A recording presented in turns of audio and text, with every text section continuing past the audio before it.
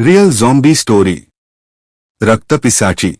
ఈరోజు నేను మీకు చెప్పబోయే స్టోరీ అలాస్కాలోని లుబీనా అనే గ్రామంలో జరిగిన ఒక యథార్థ సంఘటన. అయితే ఆ గ్రామంలో జాన్సన్ అనే వ్యక్తి నివసిస్తూ ఉండేవాడు. ఒకరోజు అతను హఠాత్తుగా మరణించాడు. అప్పుడు అతని కుటుంబ సభ్యులు అతన్ని శ్మశానంలో పాతిపెట్టారు. అయితే తర్వాత రోజు నుండి ఆ ఊరిలో రోజు ఎవరో ఒకరు మరణిస్తూ ఉండేవారు. కాని అవి సాధారణ మరణాలు కాదు. చనిపోయిన వారి గొంతు మీద ఎవరో పళ్లతో కొరికినట్టుగా ఘాట్లు ఉండి వాళ్ల శరీరంలో రక్తాన్ని తాగినట్లు ఉండేది. చనిపోయిన వారి శరీరంలో పూర్తిగా రక్తం ఉండేది కాదు. ఈ సంఘటన చూసిన ఆ ఊరి వారందరూ చాలా భయపడ్డారు. రాత్రి అయితే చాలు ఎవరు బయటకు వచ్చేవారు కాదు. కాని నా మరణాలు కూడా ఆగేవి కాదు. అయితే కొన్ని రోజుల తర్వాత ఆ ఊరిలో కొంతమంది చనిపోయిన జాన్సన్ను తాము చూసినట్లుగా చెప్పుకోవడం మొదలుపెట్టారు.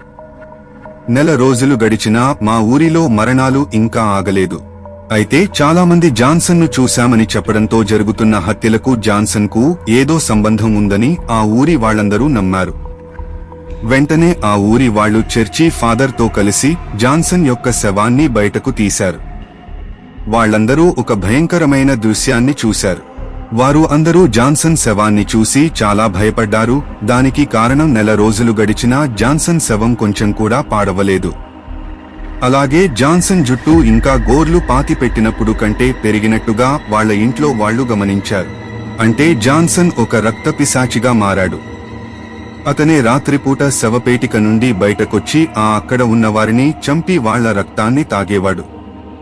విషయాన్ని గమనించిన మా ఊరి వారు జాన్సన్ శవాన్ని పూర్తిగా కాల్చేశారు. ఆ రోజు నుండి మా ఊరిలో ఎలాంటి అసాధారణమైన మరణం జరగలేదు. ప్రపంచంలోనే మొదటిసారి అందరికీ తెలిసిన ఒక రక్తపిశాచి నిజమైన కథ. మీ జీవితంలో ఇటువంటి సంఘటనలు ఏవైనా జరిగితే కామెంట్ చేయండి. నేను దానిపై స్టోరీ రాస్తాను.